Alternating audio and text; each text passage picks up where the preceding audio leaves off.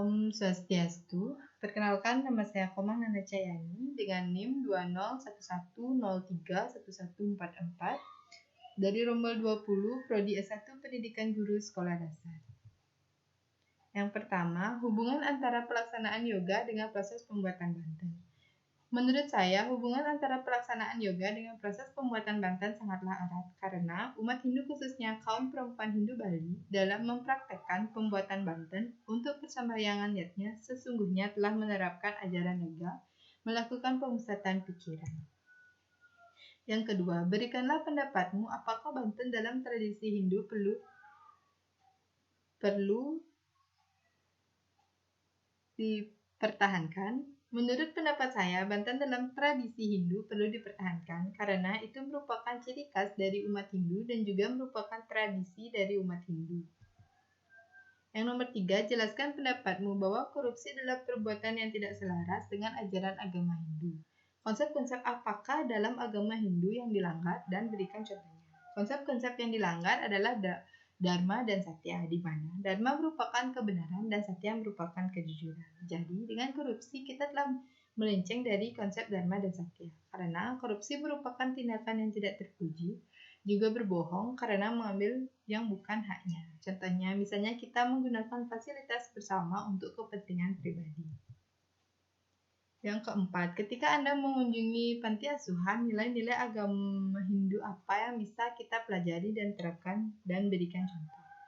Nilai-nilai agama yang dapat kita pelajari dan terapkan adalah tentang Triparata, yaitu perilaku asih atau menyayangi, mengasihi, perilaku punya atau perilaku saling menolong sesama untuk menumbuhkan cinta kasih.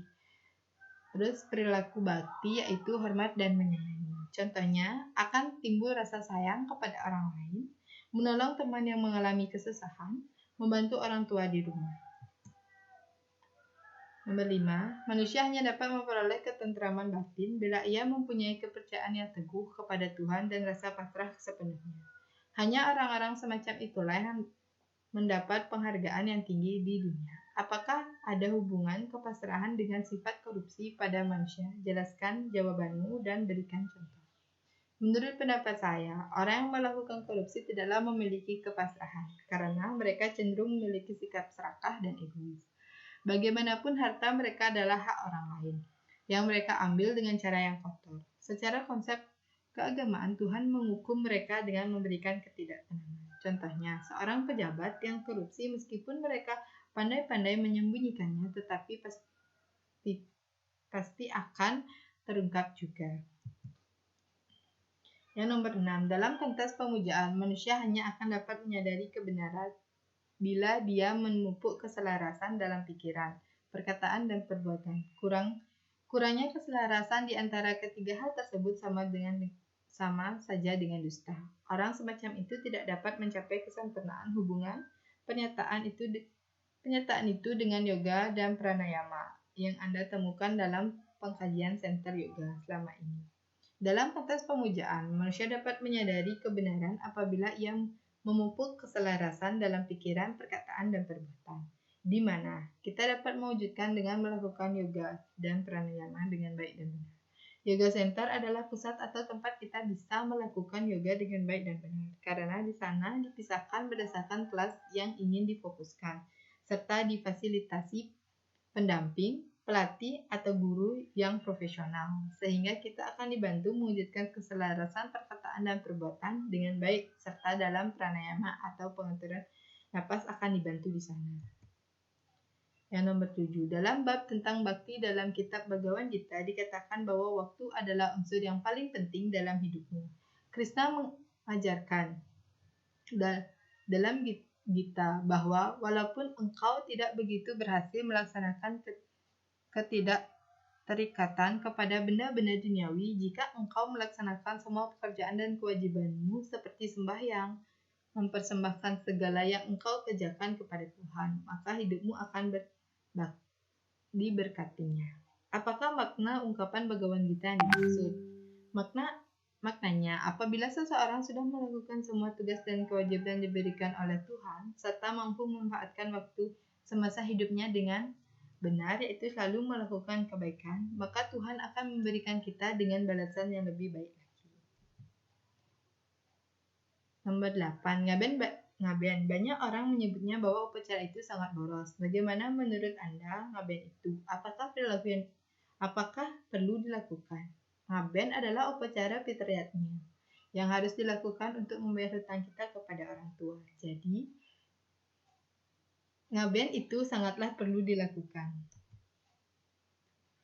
Nomor 9. Banyak orang Hindu lebih bersemangat melakukan upacara yang besar-besaran seperti ngataglingge dengan biaya yang besar, sedangkan untuk menyumbang biaya siswa untuk anak miskin kerap ogah-ogahan. Bagaimana pendapatmu menghadapi realita ini?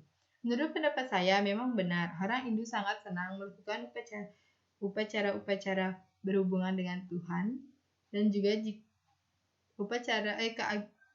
Menurut pendapat saya memang benar, orang Hindu sangat senang melakukan upacara-upacara keagamaan, apalagi upacara besar yang berhubungan dengan Tuhan. Dan juga jika mempunyai uang lebih juga bisa disumbangkan untuk membantu orang-orang yang kesusahan, dan bisa dimulai di orang-orang terdekat di sekitar kita, tetangga misalnya.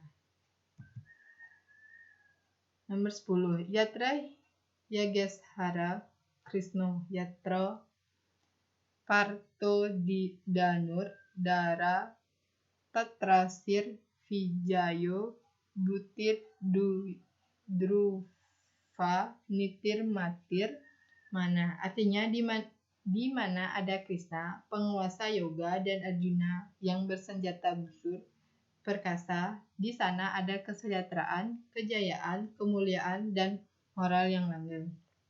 Berikan contoh untuk pelaksanaan dalam kehidupan sehari-hari. Contoh pelaksanaan dalam kehidupan sehari-hari dari Bhagavad Gita 1878, yaitu Trihitakarana, merupakan filsafat Hindu teguh. Falsafat tersebut memiliki konsep yang dapat melestarikan keanekaragaman budaya dan lingkungan di tengah hantaman globalisasi dan homogenisasi. Pada dasarnya, hakikat ajaran Trihitakarana menekankan 3 hubungan manusia dalam kehidupan di dunia ini. Ketiga hubungan itu meliputi hubungan dengan sesama manusia, hubungan dengan alam sekitar, dan hubungan dengan Tuhan, yang saling terkait satu sama lain, sehingga hubungan memiliki pedoman hidup menghargai semua aspek sekelilingnya. Prinsip pelaksanaan harus seimbang, selaras antara satu dan yang lain. Apabila keseimbangan tercapai, manusia akan hidup dengan menghindari daripada segala tindakan buruk. Hidupnya akan seimbang, tentram, dan damai.